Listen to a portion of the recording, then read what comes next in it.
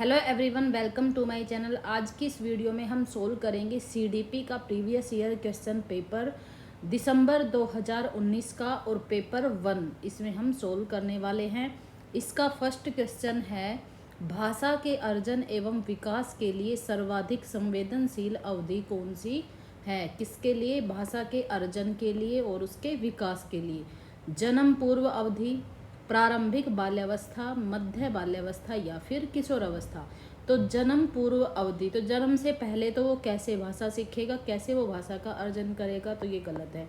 मध्य बाल्यावस्था, मध्य बाल्यावस्था तक तो वो भाषा सीख जाता है, तो ये भी गलत है। किशोरावस्था तक भी उसे अच्छी तरह से भाषा आती है।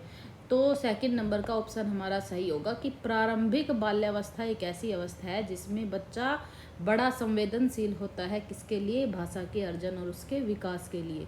निम्नलिखित में से कौन सी लॉरेंस कोलबर्ग के द्वारा प्रस्तावित नैतिक विकास की एक अवस्था है? प्रसुप्ति अवस्था, सामाजिक अनुबंध अभिविन्यास, मूर्त संक्रियात्मक अवस्था, उद्योग बनाम अधीनता अवस्था। तो किसकी पूछी है? लॉरेंस कोलबर्ग की। तो सेकंड नंबर का ऑप्शन हमारा सही होगा कि सामाजिक अनुबंध अभिविन्यास। नेक्स्ट क्वेश्चन है, कक्षा में परिचर्चा के दौरान एक शिक्षक प्राय लड़कियों की तुलना में लड़कों पर अधिक ध्यान देता है। यह किसका उदाहरण है? जेंडर पक्षपात, जेंडर पहचान, जेंडर संबंधता या जेंडर समरूपता। तो ये किसका है? जेंडर पहचान नहीं, जेंडर समरूपता नहीं, जेंडर संबंधता नहीं, ये किसका है? जेंडर पक्षपात का। नेक्स्ट क्वेश्चन है, बच्चों में जेंडर रूढ़िवादिता एवं जेंडर भूमिका अनुरूपता को कम करने के लिए निम्नलिखित में से कौन सी पद्धति प्रभावशाली है? जेंडर पक्षपात के बारे में चर्चा करना, जेंडर विशिष्ट भूमिकाओं को महत्व देना, जेंडर पृथक खेल समूह बनाना, जेंडर पृथक बैठने की व्यवस्था करना। तो इससे इन दोनों से तो हम कम नहीं करेंगे बल्कि उनको बढ़ावा देंगे। उनको अलग अलग खेल का समूह बनाकर या फिर उनको लड़के और लड़कियों को अलग बैठने की व्यवस्था करके जेंडर विशिष्ट भूमिकाओं को महत्व देना, ये भी नहीं होगा। हम क्या करेंगे कि जेंडर पक्षपात पर चर्चा करेंगे, परिचर्चा करेंगे, जिससे बच्चों में जेंडर भूमिका की अनुरूपता को कम किया जा सके। नेक्स्ट क्वेश्चन है, निम्नलिखित में से किस मनोवैज्ञानिक ने बच्चों को ज्ञान के सक्रिय जिज्ञासु के रूप में देखते हुए उनके चिंतन पर सामाजिक और सांस्कृतिक विषय वस्तुओं के प्रभाव को महत्व दिया है? कौन सा? सामाजिक और सांस्कृतिक। ये सिद्धांत किसने दिया था? लेओ वाइगोत्स्की ने। सेकंड नंबर का ऑप्शन हमारा सही होगा, लेओ वाइगोत्स्की। नेक्स्ट है, जिगसा पहेली को करते समय 5 वर्ष की नजमा स्वयं से कहती है, नीला टुकड़ा कहाँ है? नहीं, यह वाला नहीं, गाढ़े रंग वाला, जिससे यह जूता पूरा बन जाएगा। इस प्रकार की वार्ता को वाइगोत्स्की किस तरह से संबोधित करते हैं? व्यक्तिगत वार्ता, जोर से बोलना, पाठ या ढांचा या आत्म केंद्रित वार्ता। तो जोर से बोलना नहीं, पाठ या ढांचा नहीं। पाठ या ढांचा क्या होता है? जब एक टीचर किसी बच्चे को इशारों में हेल्प करता है तो उसे क्या कहते हैं? पाठ या ढांचा। आत्म केंद्रित वार्ता और व्यक्तिगत वार्ता। पूछा किसका है? वाइगोत्स्की का। तो वाइगोत्स्की ने तो इसे बोला है कि व्यक्तिगत वार्ता, जब बच्चा अपने आप से ही बातें कर रहा होता है तो उसको व्यक्तिगत वार्ता बोलते हैं। लेकिन पियाजे ने इसे आत्म केंद्रित वार्ता कहा है कि जब बच्चा अपने आप से बात करता है तो वो आत्म केंद्रित वार्ता कर रहा होता है। वाइगोत्स्की है यहाँ पर, तो फर्स्ट नंबर का ऑप्शन हमारा सही हो जाएगा। नेक्स्ट है, बच्चों को संकेत देना तथा आवश्यकता पड़ने पर सहयोग प्रदान करना निम्नलिखित में से किसका उदाहरण है? बच्चों को क्या कर रहे हैं? संकेत दे रहे हैं, इशारा कर रहे हैं और फिर आवश्यकता पड़ने पर उनको सहयोग कर रहे हैं। उनको डायरेक्ट सहयोग ना करते हुए उनको इशारों में बातें समझाई जाती है। तो इसको हम क्या बोलते हैं? प्रबलन, अनुबंधन, मॉडलिंग या पाठ या ढांचा। तो इसको हम बोलते हैं पाठ या ढांचा। फोर्थ नंबर का ऑप्शन हमारा राइट है। नेक्स्ट है, निम्नलिखित व्यवहारों में से कौन सा जीन पियाजे के द्वारा प्रस्तावित मूर्त संक्रियात्मक अवस्था को विशेषित करता है? परिकल्पित निगमनात्मक तर्क साध्यात्मक विचार, संरक्षण कक्षा समावेशन, अस्थगित अनुकरण, पदार्थ स्थायित्व, प्रतीकात्मक खेल विचारों की अनुत्क्रमणीयता। तो यहाँ पर किसका पूछा है? मूर्त संक्रियात्मक अवस्था का। तो इसमें आएगा सेकंड नंबर का ऑप्शन, संरक्षण और कक्षा समावेशन। तो संरक्षण करने का भाव उसमें आ जाता है और कक्षा में कैसे समावेशन करना है, इन सब चीज़ों का ज्ञान भी उसे इस अवस्था में हो जाता है। नेक्स्ट क्वेश्चन है, बच्चों के संज्ञानात्मक विकास के संदर्भ में निम्नलिखित में से कौन सी पियाजे की संरचना है? स्कीमा, अवलोकन, अधिगम, अनुबंधन या फिर प्रबलन। तो पियाजे की पूछा है, तो पियाजे की कौन सी है? स्कीमा। नेक्स्ट है, आकलन का प्राथमिक उद्देश्य क्या होना चाहिए? हम क्या कर रहे हैं? बच्चों का आकलन कर रहे हैं, तो उसका प्राथमिक उद्देश्य क्या होना चाहिए? विद्यार्थियों के लिए श्रेणी निश्चित करना, संबंधित अवधारणाओं के बारे में बच्चों की स्पष्टता तथा भ्रांतियों को समझना, विद्यार्थियों के प्राप्तांकों के आधार पर उनको नामांकित करना, रिपोर्ट कार्ड में उत्तीर्ण या अनुत्तीर्ण अंकित करना। तो श्रेणी निश्चित करने के लिए हम उनका आकलन नहीं करते, और विद्यार्थियों के प्राप्तांकों के आधार पर उन्हें नामांकित करना, हम उनको नामांकित नहीं करते। रिपोर्ट कार्ड में उत्तीर्ण या अनुत्तीर्ण अंकित करना नहीं, इसके लिए भी हम आकलन नहीं करते। तो सेकंड नंबर का ऑप्शन हमारा सही होगा, संबंधित अवधारणाओं के बारे में बच्चों की स्पष्टता तथा भ्रांतियों को समझना, कि बच्चों को कितना आया है और कहाँ कहाँ इनको भ्रांतियाँ है, कहाँ ये नहीं सीख पाए हैं, कहाँ इनको दिक्कत है। तो उनकी कठिनाइयों का पता लगाना, उनकी समस्या का समाधान करना, इन सब चीज़ों के लिए आकलन करते हैं कि बच्चा क्या सीख रहा है और कहाँ पर उसको दिक्कत है। नेक्स्ट है, निम्नलिखित कथनों में से कौन सा बुद्धि के बारे में सही है? बुद्धि एक निश्चित योग्यता है जो जन्म के समय ही निर्धारित होती है। बुद्धि को मानकीकृत परीक्षणों के प्रयोग से सटीक रूप से मापा एवं निर्धारित किया जा सकता है। बुद्धि एक एकात्मक कारक है तथा एकाकी विशेषक है। बुद्धि बहुआयामी है तथा जटिल योग्यताओं का एक समूह है। तो यहाँ पर तीनों ऑप्शन हमारे नेगेटिव है। बुद्धि एक निश्चित योग्यता है जो जन्म के समय ही निर्धारित होती है, ये गलत है। बुद्धि को मानकीकृत परीक्षणों के प्रयोग से सटीक रूप से मापा एवं निर्धारित किया जा सकता है, नहीं। बुद्धि एक एकात्मक कारक नहीं है। बुद्धि कैसी होती है? बहुआयामी। तो फोर्थ नंबर का ऑप्शन हमारा राइट होगा, बुद्धि बहुआयामी है तथा जटिल योग्यताओं का एक समूह है। नेक्स्ट क्वेश्चन है, रूही हमेशा समस्या के एकाधिक समाधानों के बारे में सोचती है। वो क्या करती है? जब भी कोई समस्या आती है तो एक से अधिक समाधान उसके निकालती है, उनके बारे में वो सोचती है कि इसका समाधान ये हो सकता है, ये हो सकता है, ये हो सकता है। इनमें से काफ़ी समाधान मौलिक होते हैं। रूही किन गुणों का प्रदर्शन कर रही है? सृजनात्मक विचारक, अभिसारिक विचारक, अनम्य विचारक या आत्म केंद्रित विचारक। तो वो कैसे गुणों को प्रदर्शन कर रही है? सृजनात्मक विचारक। वो क्या है? सृजनशील है और अपनी सृजनशीलता को प्रदर्शित कर रही है, क्या करके? एक समस्या के एक से अधिक समाधान निकालकर। नेक्स्ट क्वेश्चन है, शिक्षण अधिगम प्रक्रिया में वंचित समूह से संबंधित विद्यार्थियों के द्वारा सहभागिता कम होने की स्थिति में एक शिक्षक को क्या करना चाहिए? बच्चों को विद्यालय छोड़ने के लिए कहना चाहिए, इस स्थिति को जैसी है स्वीकार कर लेना चाहिए, इन विद्यार्थियों से अपनी अपेक्षाओं को कम करना चाहिए, अपनी शिक्षण पद्धति पर विचार करना चाहिए तथा बच्चों की सहभागिता में सुधार करने के लिए नए तरीके ढूंढने चाहिए।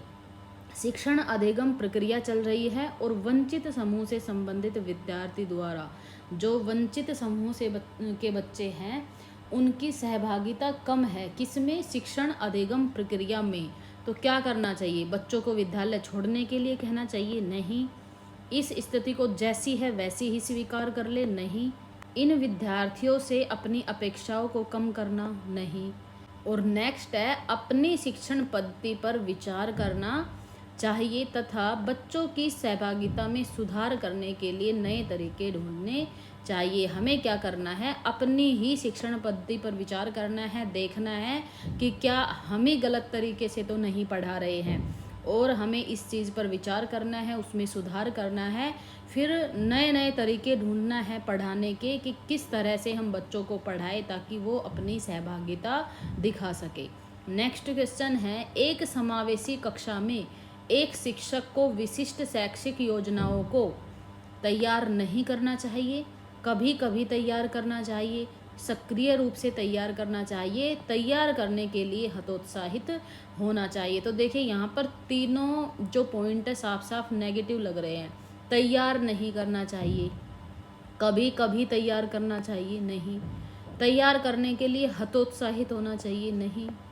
तो थर्ड नंबर का ऑप्शन सबसे बेस्ट है, सक्रिय रूप से तैयार रहना चाहिए। हमें एक्टिव होकर और विशिष्ट जो शैक्षिक योजनाएं हैं उनको हमें बनाना चाहिए, तैयार करना चाहिए। नेक्स्ट क्वेश्चन है, पठन वैफल्य बच्चों के प्राथमिक लक्षण क्या है? पठन वैफल्य यानी कि बच्चे को पढ़ने में समस्या है, पढ़ने में उसको विकार है, तो उसके प्राथमिक लक्षण क्या है? न्यून अवधान विकार, अपसारी चिंतन, पढ़ने में धारा प्रवाहिता, धारा प्रवाह, पढ़ने की अक्षमता, एक ही गति विषयक कार्य को बार बार दोहराना। तो न्यून अवधान विकार यानी कि कम ध्यान देता है वो विकार, नहीं। अपसारी चिंतन, पढ़ने में धारा प्रवाहिता, अपसारी चिंतन होगा और पढ़ने में धारा प्रवाहिता होगा तो वो पठन वैफल्य बच्चा कैसे होगा? तो ये भी गलत है। धारा प्रवाह, पढ़ने की अक्षमता, एक ही गति विषयक कार्य को बार बार दोहराना, नहीं। धारा प्रवाह, पढ़ने की अक्षमता कि वो धारा प्रवाह से नहीं पढ़ पाता है। थर्ड नंबर का ऑप्शन राइट होगा। नेक्स्ट है, शिक्षा का अधिकार अधिनियम 2009 में उल्लेख की गई समावेशी शिक्षा की अवधारणा निम्नलिखित में से किस पर आधारित है? व्यवहारवादी सिद्धांत, असक्त बच्चों के प्रति एक सहानुभूतिक अभिवृत्ति, अधिकार आधारित मानवतावादी परिप्रेक्ष्य, मुख्यतः व्यावसायिक शिक्षा उपलब्ध करा करके असक्त बच्चों को मुख्य धारा में शामिल करना। तो इसका राइट ऑप्शन होगा थर्ड, अधिकार आधारित मानवतावादी परिप्रेक्ष्य। थर्ड नंबर का ऑप्शन हमारा राइट होगा।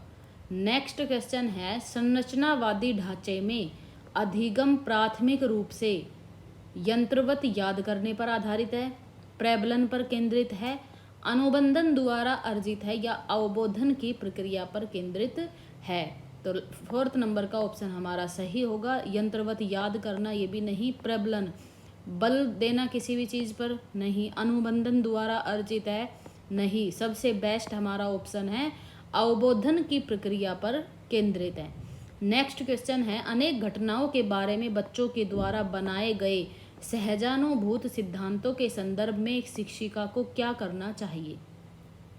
बच्चों के इन सिद्धांतों को अनदेखा करना चाहिए, बच्चों को दंडित करना चाहिए, बार बार याद करने के द्वारा एक सही सिद्धांत से बदल देना चाहिए, प्रतिकूल प्रमाण एवं उदाहरणों को प्रस्तुत करके बच्चों के इन सिद्धांत को चुनौती देनी चाहिए। तो राइट ऑप्शन हमारा क्या होगा? देखिए, बच्चों के इन सिद्धांत को अनदेखा करना नहीं, अनदेखा नहीं करेंगे, बच्चों को दंडित करना नहीं, बार बार याद करने के द्वारा एक सही सिद्धांत से बदल देना नहीं, प्रतिकूल प्रमाण और उदाहरण को प्रस्तुत करेंगे और बच्चों के सिद्धांतों को क्या देंगे? चुनौती। तो फोर्थ नंबर का ऑप्शन राइट हो जाएगा। नेक्स्ट है, छात्र केंद्रित शिक्षा शास्त्र की क्या विशेषता है? छात्र केंद्रित शिक्षा शास्त्र है तो उसकी विशेषता क्या है? केवल पाठ्य पुस्तकों पर निर्भर होना, बच्चों के अनुभवों को प्रमुखता देना, यंत्रवत याद करना, योग्यता के आधार पर विद्यार्थियों को नामांकित करना तथा वर्गीकरण करना। तो नामांकित करना और उनका वर्गीकरण करना ये तो गलत है। यंत्रवत याद करना, रटना नहीं, केवल पाठ्य पुस्तकों पर निर्भर नहीं। तो क्या होगा? सेकंड नंबर का ऑप्शन हमारा राइट होगा, बच्चों के अनुभवों को प्राथमिकता देना। नेक्स्ट क्वेश्चन है, संवेग एवं संज्ञान एक दूसरे से क्या है? पूर्णतः अलग, स्वतंत्र, सन्निहित या संबंधित नहीं। तो संबंधित नहीं, स्वतंत्र भी नहीं है और पूर्णतः अलग भी नहीं है। तो कैसे है? सन्निहित है, यानी कि एक दूसरे से गहरे संबंधित है। नेक्स्ट है, संरचनावादी सिद्धांतों के अनुसार अधिगम के बारे में निम्नलिखित कथनों में से कौन सा सही है? कौन सा सिद्धांत है? संरचनावादी यानी कि निर्माणात्मक जो सिद्धांत है जिसमें कुछ ना कुछ नया निर्माण किया जाता है, ऐसे सिद्धांत के अनुसार अधिगम के बारे में बताना है कि कौन सा सही है। अधिगम पुनरुत्पादन एवं स्मरण की प्रक्रिया है, अधिगम यंत्रवत याद करने की प्रक्रिया है। अधिगम आवर्तीय संबंध के द्वारा व्यवहारों का अनुबंधन है। अधिगम सक्रिय विनियोजन के द्वारा ज्ञान की संरचना की प्रक्रिया है। तो यहाँ पर सबसे सही, सबसे सटीक ऑप्शन हमारा क्या है? देखिए इसमें सक्रिय विनियोजन, जहाँ पर सक्रिय वर्ड आ जाता है वो ऑप्शन हमारा ऑटोमेटिक ही सही हो जाता है। और ज्ञान का निर्माण, ज्ञान की संरचना या ज्ञान का निर्माण, ज्ञान का अर्जन, तो ये ऑप्शन हमारे सही होते हैं। यहाँ पर 4th नंबर का ऑप्शन हमारा सबसे सही होगा। विद्यार्थियों को स्पष्ट उदाहरण एवं गैर उदाहरण देने के क्या परिणाम हैं? अवधारणात्मक परिवर्तनों को प्रोत्साहित करने के लिए यह एक प्रभावशाली तरीका है। यह विद्यार्थियों के दिमाग में भ्रांतियाँ उत्पन्न करता है। यह अवधारणाओं की समझ में अभाव पैदा करता है। यह अवधारणात्मक समझ की बजाय कार्य विधिक प्रक्रियात्मक ज्ञान पर ध्यान केंद्रित करता है। क्या? स्पष्ट उदाहरण और गैर उदाहरण क्या करते हैं? यह अवधारणात्मक समझ के बजाय, कि अवधारणात्मक समझ नहीं होती, इसके बजाय प्रक्रियात्मक ज्ञान पर ध्यान केंद्रित करता है। नहीं। यह अवधारणाओं की समझ में अभाव पैदा करता है। ये भी नहीं। यह विद्यार्थियों के दिमाग में भ्रांतियाँ उत्पन्न करता है। नहीं। अवधारणात्मक परिवर्तनों को प्रोत्साहित करने के लिए यह एक प्रभावशाली तरीका है। 1st नंबर का ऑप्शन सही होगा। नेक्स्ट है, बच्चों को अधिगम गतिविधियों में भागीदारी करने के लिए लगातार पुरस्कार देना व दंड का प्रयोग करने से क्या प्रभाव पड़ता है? अधिगम गतिविधियों में बच्चा भागीदारी ले रहा है तो आप क्या कर रहे हैं? उसको लगातार या तो पुरस्कार दे रहे हैं या लगातार दंड दे रहे हैं। तो इससे क्या होगा? बाहरी अभिप्रेरणा कम होती है, आंतरिक अभिप्रेरणा बढ़ती है। यह बच्चों को प्रदर्शन आधारित लक्ष्यों के बजाय निपुणता पर ध्यान देने के लिए प्रोत्साहित करेगा। अधिगम में बच्चों की स्वाभाविक अभिरुचि तथा जिज्ञासा कम होती है। तो बाहरी अभिप्रेरणा नहीं, आंतरिक अभिप्रेरणा बढ़ती है नहीं, निपुणता पर ध्यान देने के लिए प्रोत्साहित करेगा नहीं, उसका ध्यान तो सिर्फ पुरस्कार पर और दंड पर ही रहेगा, क्योंकि आप लगातार कर रहे हैं। अधिगम में बच्चों की स्वाभाविक अभिरुचि तथा जिज्ञासा कम होगी। ये ऑप्शन हमारा सही होगा। इससे वो आंतरिक रूप से जो उसकी रुचि है सीखने की या गतिविधि में भाग लेने की, तो वो उसकी ख़त्म हो जाएगी, उसकी जिज्ञासा ख़त्म हो जाएगी। वो सिर्फ ये सोचेगा कि आपको पुरस्कार मिलेगा। वो सिर्फ पुरस्कार के लिए अधिगम गतिविधियों में भागीदारी लेगा, अपने मन से नहीं लेगा। उसकी रुचि, जिज्ञासा सब खत्म हो जाएगी। नेक्स्ट क्वेश्चन है, निम्नलिखित में से कौन सी प्रथाएं सार्थक अधिगम को बढ़ावा देती है? यानी कि ऐसी कौन सी प्रथाएं है जिससे अधिगम कैसा होता है? सार्थक। शारीरिक दंड, सहयोगात्मक अधिगम पर्यावरण, सतत एवं समग्र मूल्यांकन, निरंतर तुलनात्मक मूल्यांकन। तो शारीरिक दंड, इससे तो सार्थक अधिगम नहीं होगा। और सहयोगात्मक अधिगम पर्यावरण ठीक है। सतत एवं समग्र मूल्यांकन भी होना चाहिए। निरंतर तुलनात्मक मूल्यांकन, लगातार तुलना करना नहीं। तो यहाँ पर 2nd और 3rd ऑप्शन हमारा सही है और ये ऑप्शन नंबर 2nd में है, 2nd और 3rd। नेक्स्ट क्वेश्चन है, शिक्षक बच्चों की जटिल अवधारणाओं की समझ को किस प्रकार सहज कर सकते हैं? एक व्याख्यान देकर, प्रतियोगितात्मक अवसरों की व्यवस्था करके, बार बार यांत्रिक अभ्यास के द्वारा, अन्वेषण एवं परिचर्चा के लिए अवसर उपलब्ध करके। तो सबसे सटीक जो ऑप्शन है हमारा वो क्या है? अन्वेषण एवं परिचर्चा। जहाँ पर ये वर्ड भी आ जाता है वही जो ऑप्शन है हमारा सही होता है। 4th नंबर का ऑप्शन सही होगा। नेक्स्ट है, एक प्राथमिक विद्यालय की अध्यापिका बच्चों को एक प्रभावशाली समस्या समाधानकर्ता बनने के लिए किस प्रकार से प्रोत्साहित कर सकती है? प्रत्येक छोटे कार्य के लिए भौतिक पुरस्कार देकर। वो उसको क्या करना है? समस्या का समाधानकर्ता बनने के लिए प्रोत्साहित करना है बच्चे को। केवल प्रतिक्रियात्मक ज्ञान पर बल महत्व देना, गलत उत्तरों को अस्वीकार करके एवं दंडित करके, बच्चों को सहजानुभूत अनुमान लगाने के लिए प्रोत्साहित करके तथा उसी पर आधारित विचार मंथन करके। तो प्रत्येक छोटे कार्य के लिए आप भौतिक पुरस्कार देंगे तो नहीं, इससे प्रोत्साहित नहीं होगा बच्चा, फिर पुरस्कार पाने के लिए ही प्रोत्साहित होगा। केवल प्रक्रियात्मक ज्ञान पर बल देना, बल नहीं देते हम। गलत उत्तरों को अस्वीकार करके एवं दंडित करके नहीं, बच्चों को सहजानुभूत अनुमान लगाने के लिए प्रोत्साहित करके तथा उसी पर आधारित विचार मंथन करके। फोर्थ नंबर का ऑप्शन हमारा सही होगा। नेक्स्ट है, निम्नलिखित अवधि में से किसमें शारीरिक वृद्धि एवं विकास तीव्र गति से घटित होता है? ऐसी कौन सी अवस्था है जिसमें शारीरिक वृद्धि भी तेज गति से होती है और विकास भी? शैशवावस्था एवं प्रारंभिक बाल्यावस्था, प्रारंभिक बाल्यावस्था एवं मध्य बाल्यावस्था, मध्य बाल्यावस्था एवं किशोरावस्था, किशोरावस्था एवं वयस्कता। तो फर्स्ट नंबर का ऑप्शन हमारा सही होगा। शैशवावस्था और प्रारंभिक बाल्यावस्था ऐसी अवस्थाएं है जिसमें शारीरिक वृद्धि बहुत तीव्र गति से होती है और विकास भी तेज गति से होता है। प्रारंभिक बाल्यावस्था एवं मध्य बाल्यावस्था में वृद्धि रुक सी जाती है, मध्य बाल्यावस्था में भी रुक जाती है, किशोरावस्था में फिर से तेजी से होना स्टार्ट हो जाती है, और यहाँ पर किशोरावस्था में होती है लेकिन वयस्कता तक थोड़ी रुक जाती है। तो सबसे बेस्ट ऑप्शन हमारा है शैशवावस्था एवं प्रारंभिक बाल्यावस्था।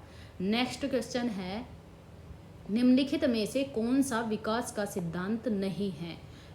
विकास जीवन पर्यंत होता है, विकास परिवृत्य होता है, विकास आनुवांशिकता एवं पर्यावरण दोनों के द्वारा प्रभावित होता है, विकास सार्वभौमिक है तथा सांस्कृतिक संदर्भ इसे प्रभावित नहीं करते।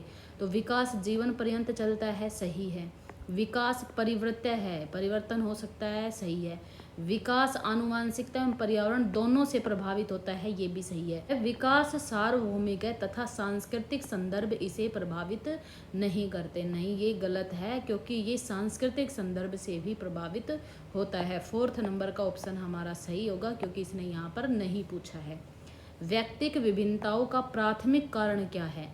लोगों के द्वारा माता पिता से प्राप्त आनुवांशिक संकेत पद्धति कोड, जन्मजात विशेषताएं, पर्यावरणीय प्रभाव, आनुवांशिकता एवं पर्यावरण के बीच जटिल पारस्परिक क्रिया। व्यक्तिक विभिन्नताओं का प्राथमिक कारण कि व्यक्ति अलग अलग क्यों होते हैं, तो किसके कारण होते हैं? आनुवांशिकता और पर्यावरण के बीच जटिल पारस्परिक क्रिया के कारण। नेक्स्ट है, निम्नलिखित में से कौन सा द्वितीयक समाजीकरण एजेंसी का उदाहरण है? तो प्राथमिक समाजीकरण एजेंसी का उदाहरण कौन सा होता है? हमारा परिवार।